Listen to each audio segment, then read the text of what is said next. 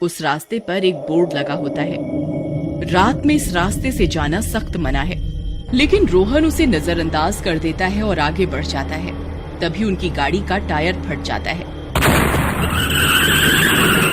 अरे ये क्या, लगता है गाड़ी का टायर फट गया है। ये तो बहुत ही बड़ी गड़बड़ हो गई। मेरे पास तो दूसरा टायर भी नहीं है, अब क्या करूं? अरे अरे जल्दी कुछ कीजिए ना। मेरा दर्द बढ़ता ही जा रहा है। मुझसे और बर्दाश्त नहीं होता, जल्दी कीजिए ना। सीमा, मेरे पास दूसरा टायर नहीं है, हॉस्पिटल पास में ही है। चलो हम पैदल ही चलते हैं। फिर वे दोनों सुनसान रास्ते में पैदल चलने लगते हैं।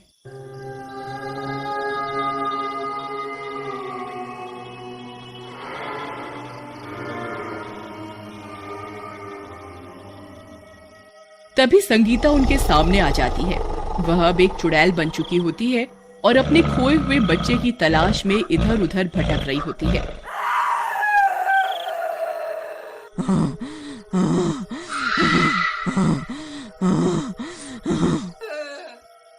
चुड़ैल को देखकर उन दोनों की हालत खराब हो जाती है। अरे मर गए रे, ये चुड़ैल कहाँ से आ गई? हाय रे, अब क्या करें सीमा? अजय, पीछे बोर्ड पर लिखा भी हुआ था कि इस रास्ते पर जाना मना है। आप फिर भी यहाँ से गाड़ी ले आए। तभी उस चुड़ैल की नजर सीमा पर पड़ती है।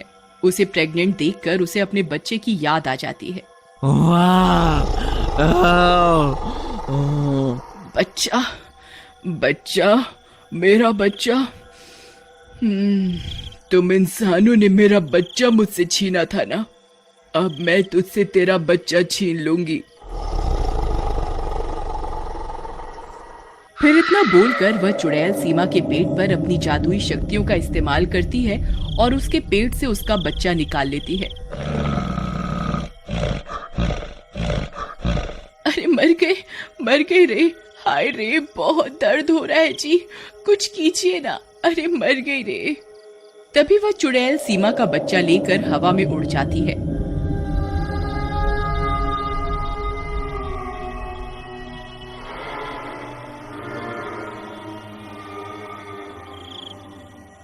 सीमा वहीं बेहोश हो जाती है। सीमा, तुम ठीक तो हो ना? सीमा, उठो सीमा। हे भगवान, मुझे इसे अभी हॉस्पिटल ले जाना होगा। फिर रोहन उसे उठाकर किसी तरह हॉस्पिटल पहुंच जाता है और किसी तरह उसकी जान बच जाती है।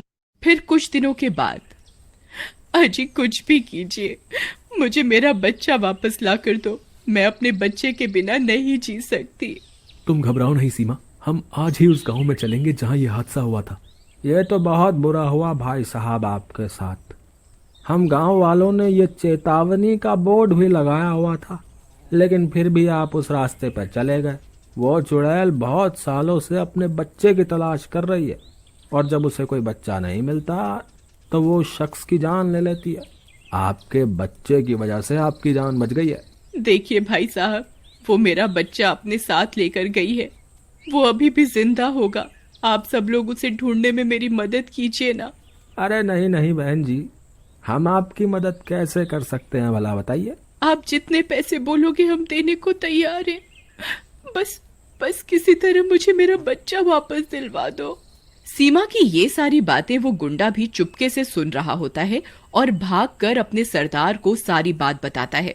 अच्छा, तो ये बात है। क्या कहा उसने?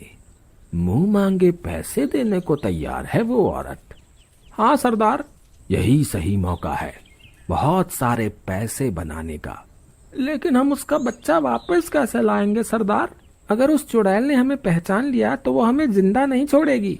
तुम उसकी चिंता मत करो, जाओ और पता लगाओ हमने उस बच्चे को किसे बेचा है। जाओ और उस बच्चे को वापस लेकर आओ। फिर वे गुंडे जाते हैं और उस चुड़ैल के बच्चे को वापस लेकर आ जाते हैं। फिर वे लोग रोहन के घर जाते हैं और उन्हें बोलते हैं कि वे उनका बच्चा वापस दिलवा सकते हैं। भाई साहब, हम आपको अपनी सारी दौलत देने को तैयार हैं, बस आप हमें हमारा बच्चा वापस दिलवा दो। ठीक है, मेरे पास एक तरकीब है। तुम्हें आज रात को ही उसी रास्ते पर जाना होगा। ठीक है, मैं तैयार हूँ। फिर रात होने पर वे गुंडे रोहन और सीमा के साथ वहां पहुंच जाते हैं। अंकल, आप मुझे कहाँ ले जा रहे हो?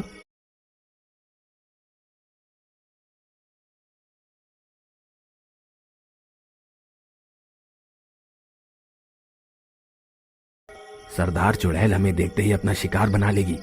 हम अब और आगे नहीं जा सकते। तुम ठीक कहते हो। देखो भाई साहब, अब यहाँ से आगे आपको ही जाना होगा। फिर रोहन और सीमा उस बच्चे को अपने साथ लेकर आगे की ओर चल देते हैं। कुछ ही दूर चलने पर उन्हें अजीब अजीब सी आवाजें सुनाई देने लगती हैं। अजी मुझे लगता है वो चुड़ैल यहीं कहीं है। कहीं ऐसा ना हो वो हमें देखते ही मार दे और अपनी बात कहने का मौका ही ना दे। तुम सही कहती हो सीमा, इससे पहले वो चुड़ैल हमें ढूंढे, हमें उसे ढूंढना होगा। देखो बेटा, आपकी मम्मी यहीं कहीं है, आप उन्हें आवाज लगाओ ना। अंकल, मेरी मम्मी कहाँ है? मैं तो उन्हें पहचानता भी नहीं। मैं बहुत छोटा था जब भगवान ने उन्हें अपने पास बुला लिया था। क्या मेरे पुकारने से भगवान मेरी मम्मी को वापस भेज देंगे? बोलो ना अंकल। बच्चे की बातें सुनकर सीमा की आंखें भर जाती हैं। फिर वो बच्चा अपनी माँ को पुकारता है। माँ माँ, आप कहाँ हो माँ? देखो मैं आ गया। आप कहाँ हो? उस बच्चे की आवाज सुनकर वो चुड़ैल वहां पहुंच जाती है। अपने बच्चे को देखकर चुड़ैल खुश हो जाती है, लेकिन चुड़ैल का डरावना रूप देखकर बच्चा सीमा से लिपट जाता है।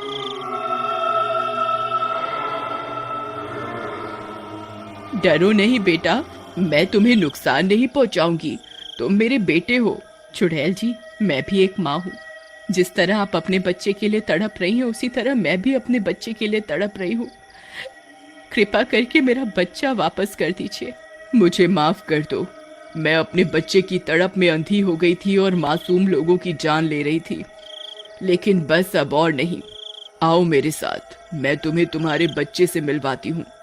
फिर चुड़ैल उन्हें एक गुफा में लेकर जाती है, जहाँ उनका बच्चा उन्हें मिल जाता है।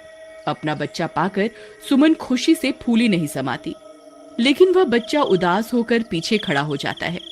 चुड़ैल अपने उदास बच्चे को देखकर दुखी हो जाती है। उसे पता होता है कि वो अब अपने बच्चे की देखभाल नहीं कर सकती, क्योंकि वो इस दुनिया को अलविदा कह चुकी है। चुड़ैल जी, आप फिक्र मत कीजिए। आज से आपके बच्चे की मैं देखभाल करूंगी। आज से ये भी मेरा बच्चा है। मैं अपनी जान से भी ज्यादा प्यार करूंगी इसे। ये सब सुनकर चुड़ैल खुश हो जाती है। तुम्हारा बहुत बहुत शुक्रिया। अब मेरी भटकती आत्मा को शांति मिल सकेगी। फिर इतना बोलकर वह चुड़ैल हमेशा हमेशा के लिए चली जाती है और सीमा रोहन अपने दोनों बच्चों के साथ